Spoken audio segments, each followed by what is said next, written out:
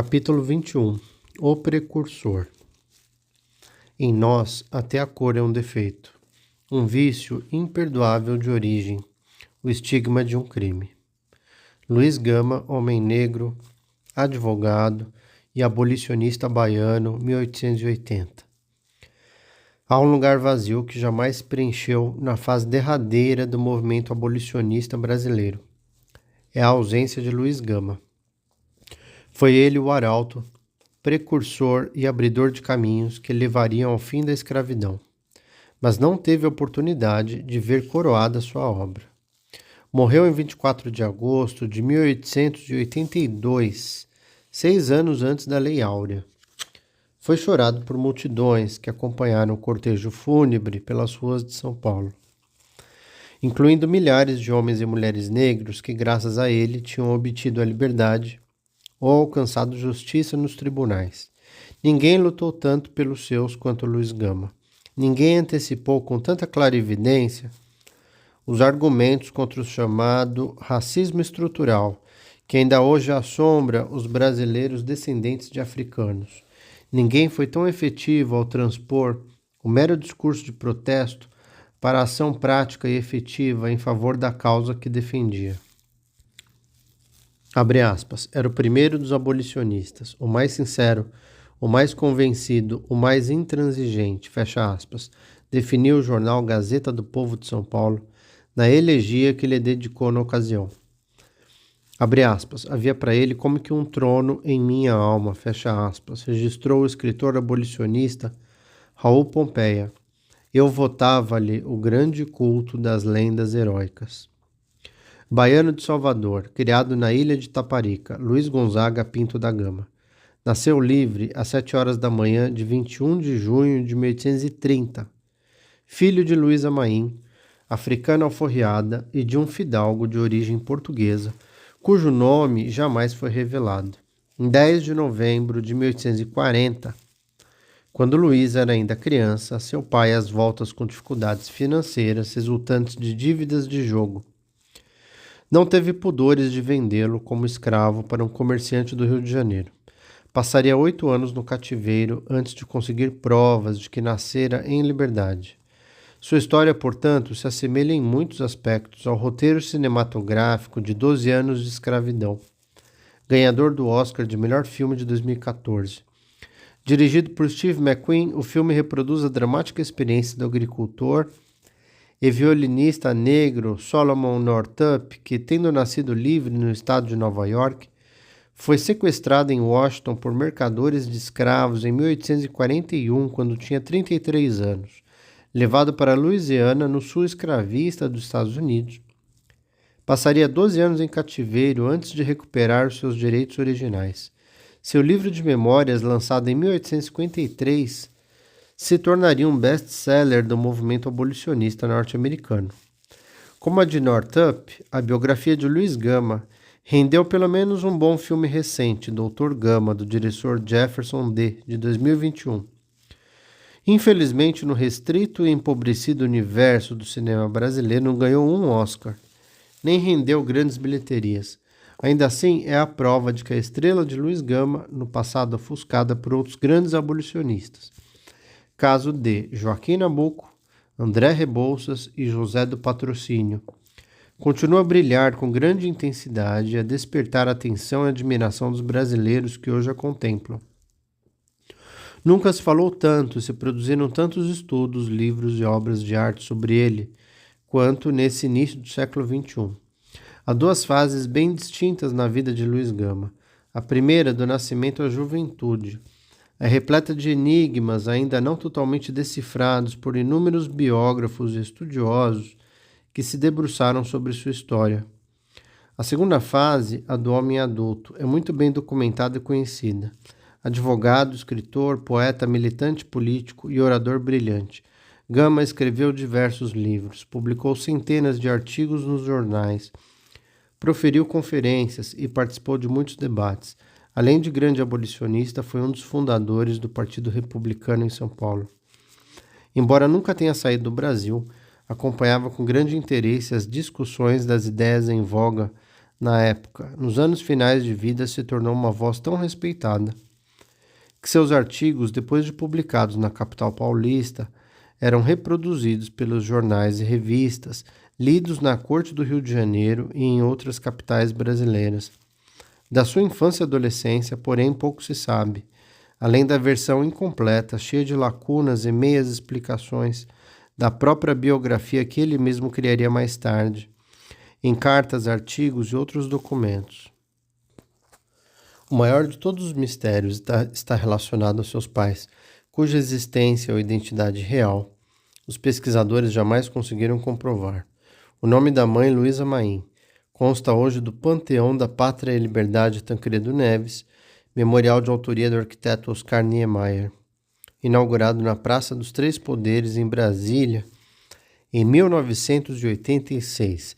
No texto do projeto do Senado Federal, que lhe conferiu homenagem em 2017, Luísa é apresentada como a heroína da liberdade, que liderou os escravos malês na Bahia, tendo participação decisiva na Sabinada, revolta do Dr. Sabino. Nada disso, porém, é comprovado pela documentação histórica. Seu nome nunca foi encontrado nos relatos e peças do inquérito da Revolta dos Malês, nem da Sabinada. Segundo o historiador João José Reis, sua construção seria resultado de um misto de realidade possível, ficção abusiva e mito libertário. Na mesma categoria se acharia Dandara dos Palmares, suposta noiva de Zumbi, o líder do famoso quilombo, morto em 20 de novembro de 1695. Dandara dos Palmares aparece como personagem no romance Gangazumba, publicado em 1962 pelo escritor João Felício dos Santos. Já Luísa Maim é protagonista da obra Um Defeito de Cor, premiado romance da escritora mineira Ana Maria Gonçalves. Nada garante que ambas nunca tenham existido fora do universo da ficção. Mas isso jamais foi comprovado em fontes documentais como certidões de nascimento, casamento e óbito, registros de compra e venda de escravos, depoimentos em inquéritos policiais ou processos judiciais. Tudo o que se sabe a respeito da possível existência de Luísa está no seguinte trecho de uma carta que o próprio Luiz Gama escreveu a um amigo, Lúcio Mendonça, em 1880, 2 anos antes de morrer. Sou filho natural de uma negra, africana livre, da costa da mina, Nagô, de nome Luísa Maim, pagã que sempre recusou o batismo e a doutrina cristã. Minha mãe era baixa de estatura, magra, bonita. A cor era de um preto retinto e sem lustro, tinha os dentes alvíssimos como a neve. Era muito ativa, geniosa, insofrida e vingativa. Dava-se ao comércio, era quitandeira, muito laboriosa e, mais de uma vez, na Bahia foi presa como suspeita de envolver-se em planos de insurreição de escravos, que não tiveram efeito. Era dotada de atividade. Em 1837, depois da Revolução do Dr. Sabino na Bahia, veio ela ao Rio de Janeiro e nunca mais voltou. Procurei-a em 1847, em 1856 e em 1861 na corte, sem que a pudesse encontrar. Em 1862, soube por uns pretos minas que a conheciam e que me deram sinais certos que ela, acompanhada com malungos desordeiros, em uma casa de dar fortuna em 1838, fora posta em prisão e que tanto ela como os companheiros desapareceram. Era opinião dos meus informantes que esses amotinados fossem mandados por fora pelo governo, que nesse tempo tratava rigorosamente os africanos livres, tidos como provocadores. Nada mais pude alcançar a respeito dela. Fecha aspas. A mãe é citada em outro trecho dessa mesma carta, no qual Gama conta a Lúcio Mendonça ter abandonado a carreira militar em 1854, depois julgado e condenado a 39 dias de prisão por um suposto ato de insubordinação, cujos detalhes não explicou. Uma noite, enquanto estava no cárcere, o, entre aspas, insubordinado Gama sonhou com a mãe, a, entre aspas, insubordinada Luísa Maim. Abre aspas. Eram mais de 2 horas. Eu dormitava, e em sonho vi que a levavam presa.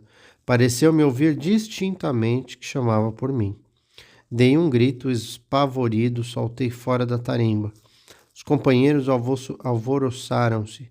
Corri a grade, enfiei a cabeça pelo xadrez. Era solitário, silencioso e longo e lôbrego o corredor da prisão, mal iluminado pela luz amarelenta de enfumaçada lanterna. Voltei para minha esteira, narrei a ocorrência aos curiosos colegas. Eles narraram-me fatos semelhantes. Eu caí em nostalgia, chorei e dormi. Fecha aspas. Ainda maior do que o enigma envolvendo Luísa Maim é o mistério relacionado ao pai, cujo nome Luiz Gama jamais revelou. Na mesma carta, Mendonça limitou-se a dar pistas genéricas sobre a identidade paterna. Segundo ele, seu pai teria sido um fidalgo, de uma das principais famílias da Bahia, de origem portuguesa. Como a mãe, também teria participado da Sabinada, gostava de jogar até perder tudo e, falido, tomou a drástica decisão de vender o filho como escravo. Abre aspas. Meu pai não ouso afirmar que fosse branco, porque tais afirmativas nesse país constituem grave perigo perante a verdade, no que concerne à melindrosa presunção das cores humanas. Era fidalgo e pertencia a uma das principais famílias da Bahia de origem portuguesa. Devo poupar à sua infeliz memória uma injúria dolorosa e o faço ocultando seu nome. Foi rico, revolucionário em 1837. Era apaixonado pela diversão da pesca e da caça, muito apreciador de bons cavalos, jogava bem as armas e muito melhor de baralho, amava as súcias e os divertimentos, esbanjou uma boa herança, obtida de uma tia em 1836 e reduzido à pobreza extrema a 10 de dezembro de 1840, em companhia de Luiz Cândido Quintela, seu amigo inseparável e hospedeiro, que vivia dos proventos de uma casa de tavolagem na cidade da Bahia, estabelecida em um sobrado de esquina, ao largo da praça. Vendeu-me como seu escravo a bordo do Patacho Saraiva. Fecha aspas. Um dos maiores territórios escravistas da América. Ao longo de mais de 300 anos, a Bahia sempre funcionou também como um grande celeiro de mão de obra cativa para outras regiões brasileiras.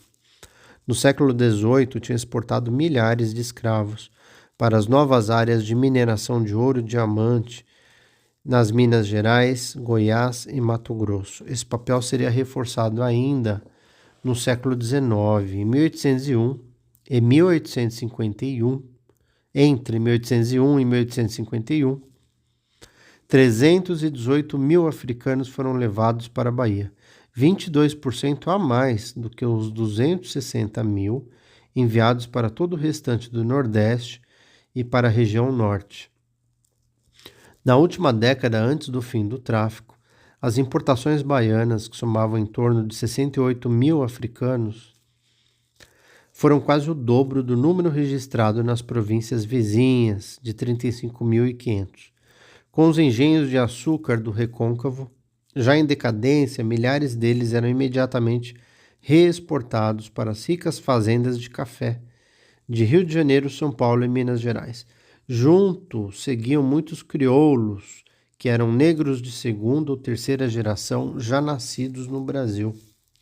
Esse foi o caso de Luiz Gama, que mesmo na condição de menino livre, foi incorporado ao fluxo de cativos que seguia para o sul do país. Nessa mesma carta a Lúcio de Mendonça, Gama contou que fora despachado para o Rio de Janeiro como parte de um lote de cativos negociados por um português de nome Vieira.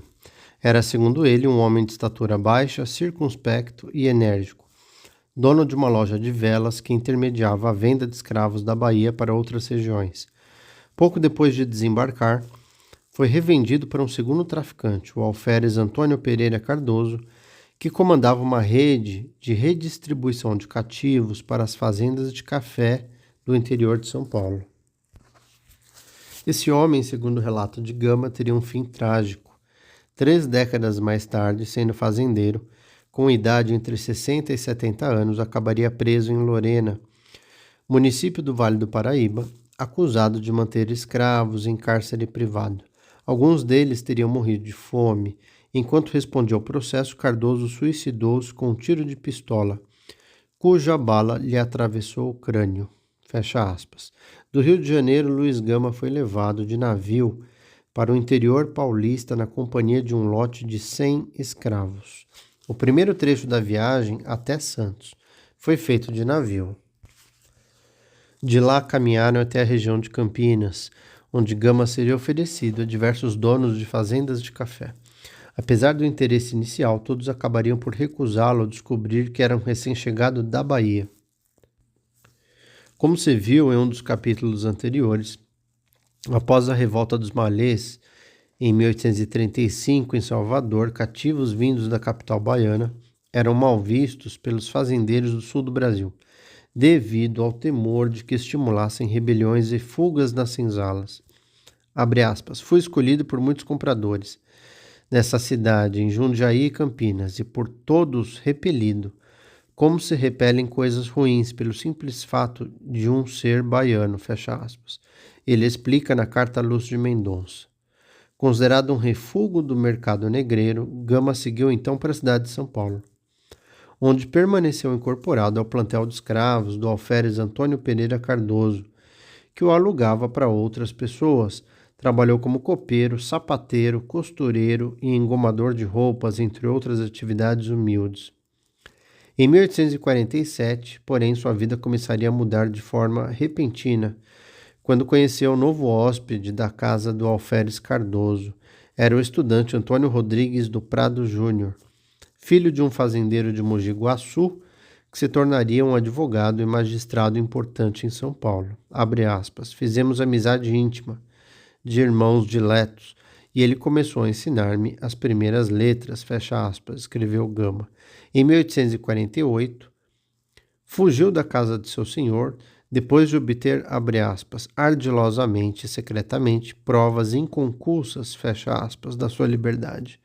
Nunca explicou que provas seriam essas ou como as haviam encontrado, mas a partir de então era um homem livre.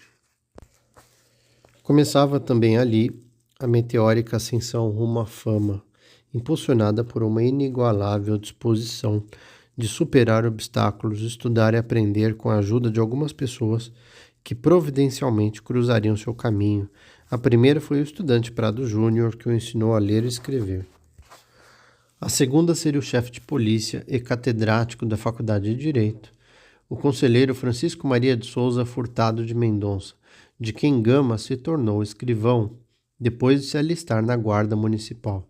Nos anos seguintes, o conselheiro Furtado lhe serviria de guia e orientador no estudo das leis e dos rituais da justiça brasileira, até se tornar em, abre aspas, advogado provisionado, profissional do direito sem formação acadêmica, na época chamado pejorativamente de rábula. Como nunca teve acesso à educação formal, jamais poderia tentar, por exemplo, uma vaga na prestigiada Faculdade de Direito Largo de São Francisco, em São Paulo, centro de formação da elite imperial brasileira. Sem essa opção, aberta aos outros grandes abolicionistas brasileiros, seguiu sozinho, como autodidata, registrando, porém, o seu protesto nos seguintes versos.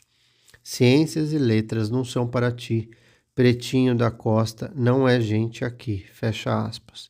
Mesmo sem formação acadêmica, tornou-se um hábil advogado capaz de explorar todas as imprecisões e lacunas das bases legais do escravismo em favor dos negros oprimidos.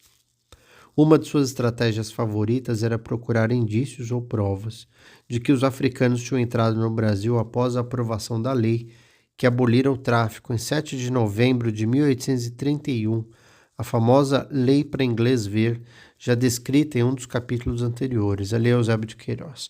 Nesse caso, do ponto de vista legal, a propriedade do escravo seria nula. A idade ou o ano de chegada do africano servia por si só como prova de que tinha direito à liberdade, cabendo à justiça apenas reconhecer essa condição. Abre aspas. A maior parte dos africanos existentes no Brasil foram importados depois da lei proibitiva do tráfico promulgada em 1831, fecha aspas. Luiz Gama escreveu no jornal Radical Paulistano, 1869. Deverão os amigos da humanidade, os defensores da moral, cruzar os braços diante de tão abomináveis delitos, fecha aspas. Muitas vezes, quando encontrava sinais de tortura ou maus tratos no corpo de um cativo, apelava para o recurso do habeas corpus e o artigo 179 da Constituição de 1824, que declarava extinta a punição por açoites, o uso das marcas de ferro quente e outras torturas. Esse artigo, como quase tudo que se referia a algum princípio legal a ser usado em defesa dos cativos, foi sempre ignorado, tanto pelos senhores como pelas autoridades. Nesse caso, médicos simpáticos à causa abolicionista forneciam laudos que comprovavam as marcas de sevícias. Usando argumentos como esses, Gama teria conseguido libertar mais de 500 escravos, quando nada disso funcionava diante de juízes em geral comprometidos com o sistema escravista. Levava as denúncias à imprensa, da qual foi um grande colaborador até o fim da vida. A atuação de advogados abolicionistas, como Luiz Gama, foi também facilitada pela Lei do Ventre Livre de 1871, que ampliou as possibilidades de recursos jurídicos contra a escravidão. Uma delas era a possibilidade de o escravo comprar a própria liberdade mediante o pagamento ao senhor de uma indenização equivalente ao seu próprio preço e a concordância do proprietário. Na ausência de acordo, recorria-se ao arbitramento judicial, recurso que Luiz Gama usou em dezenas de casos bem-sucedidos. Contando com a boa vontade de alguns juízes, também simpáticos à causa abolicionista, conseguia baixar o preço exigido pelo dono e facilitar a compra da alforria. A lei previa ainda que o escravo poderia alcançar a alforria ao receber uma doação de recursos, o que fez com que surgissem inúmeros clubes e associações abolicionistas empenhadas em arrecadar fundos com esse fim. Gama era, portanto, um tipo bem diferente de todos os demais grandes abolicionistas brasileiros. José do Patrocínio, por exemplo, era particularmente talentoso em mobilizar a operação pública através de textos, discursos e ações dramáticas. André Rebouças e Joaquim Nabuco preferiam travar a luta no parlamento. Antônio Bento e seus caifazes optaram pelo enfrentamento direto, promovendo rebeliões e fugas e organizando quilombos. Gama procurava usar habilmente a própria hipocrisia do sistema escravista para combatê-lo. Outra diferença entre Gama e os demais abolicionistas estava relacionado à sua origem social, à escolaridade e sua própria experiência de mundo. Nabuco, Rebouças e Patrocínio circularam pelas capitais europeias e tinham um bom relacionamento com os abolicionistas estrangeiros. Todos os três se formaram na universidade, em Direito, Engenharia e Farmácia, respectivamente. Os dois primeiros frequentavam círculos aristocráticos, que incluíam viscondes, barões e membros da família imperial brasileira.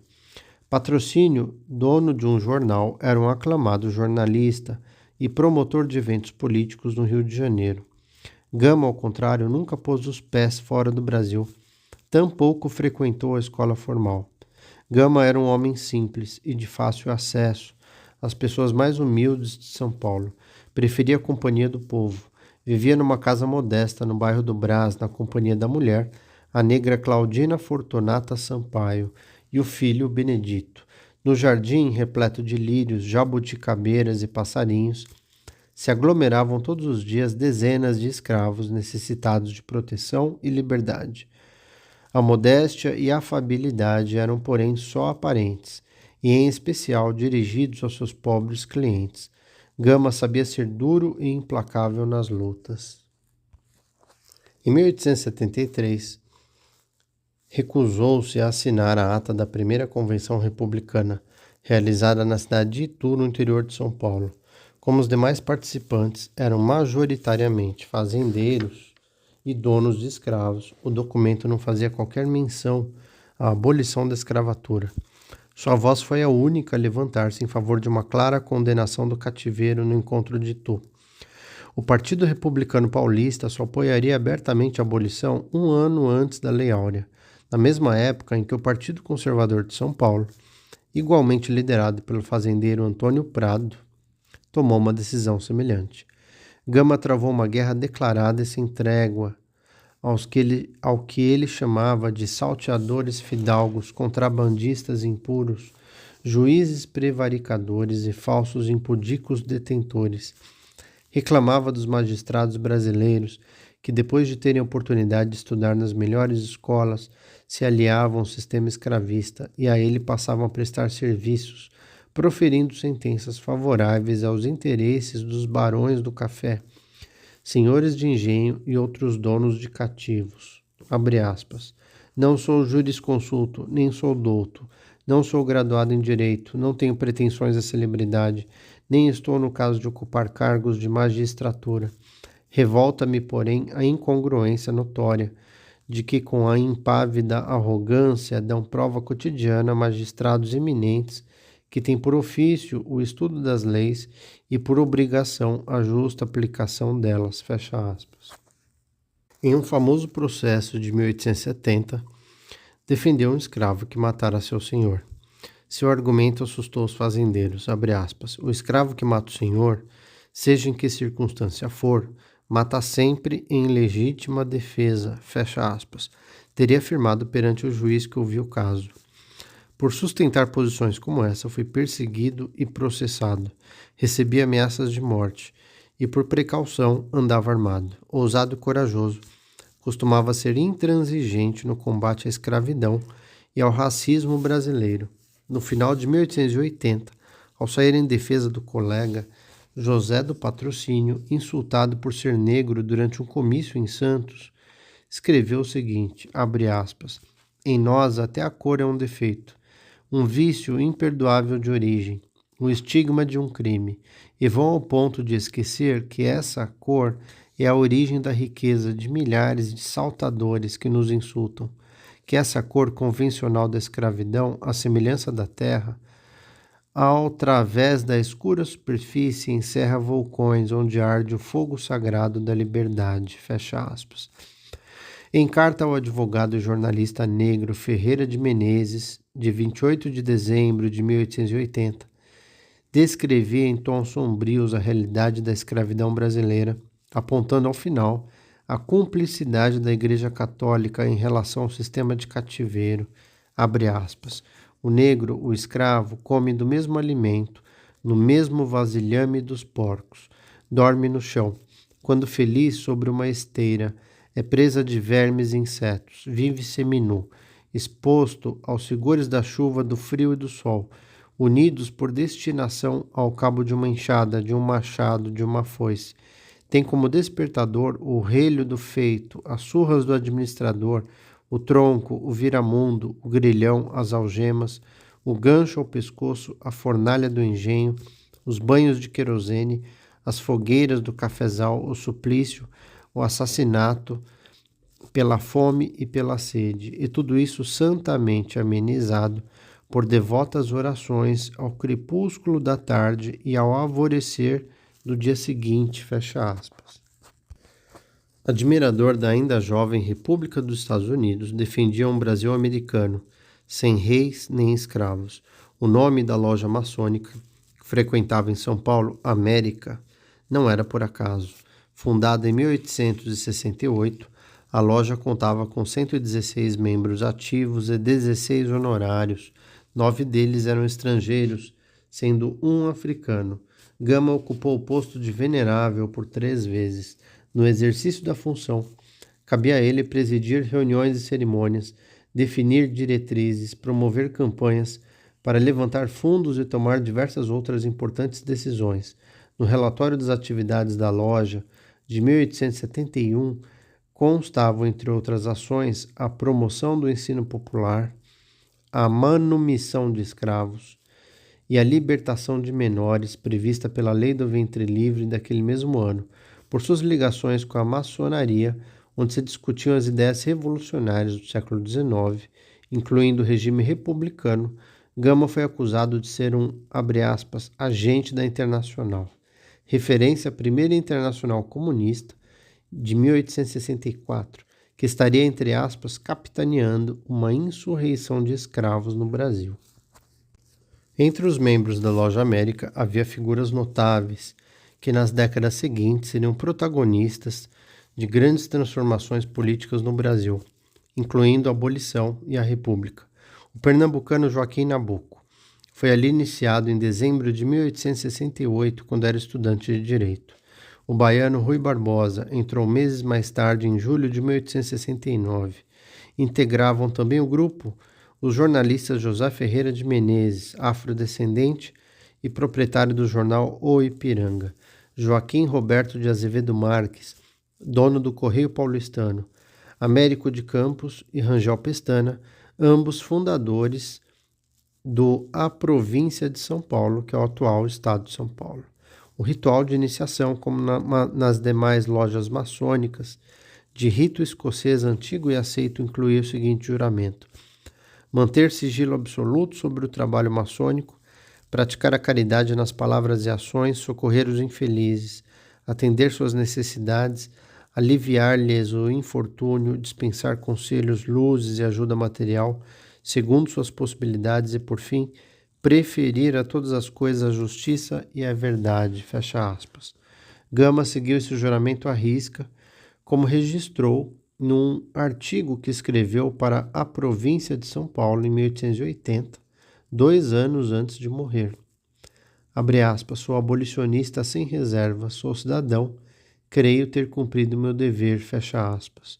Vítima da diabetes, doença silenciosa que minou suas energias ao longo de muitos anos, Luiz Gama morreu no dia 24 de agosto de 1882. Foi velado na sala de sua própria casa, sobre 2 mesas, coberto a meio corpo por um pobre lençol grosseiro, segundo a descrição do amigo Raul Pompeia. Na manhã seguinte, um gigantesco cortejo parou às ruas do centro de São Paulo, enquanto o corpo seguia para o sepultamento no cemitério da Consolação, onde seu túmulo de mármore branco é hoje ponto de peregrinação em São Paulo. Na multidão havia gente de todas as idades, cores e classes sociais, incluindo especialmente homens e mulheres negros, ex-escravos que lhe deviam a liberdade. O clima daquele dia ficou registrado no seguinte trecho da crônica de Raul Pompeia. A cidade estava triste. Inúmeras lojas tinham as portas fechadas em manifestação de pesar. As bandeiras das sociedades musicais e beneficentes da capital pendiam a meio mastro. Apinhava-se povo nos lugares por onde devia passar o enterro. As janelas acotovelavam-se as famílias. Em alguns pontos viam-se pessoas chorando. Ia sepultar-se um amigo de todos. Nunca houve coisa igual em São Paulo, dizia-se nas esquinas. E o nome Luiz Gama, coberto de bênçãos, corria de boca em boca.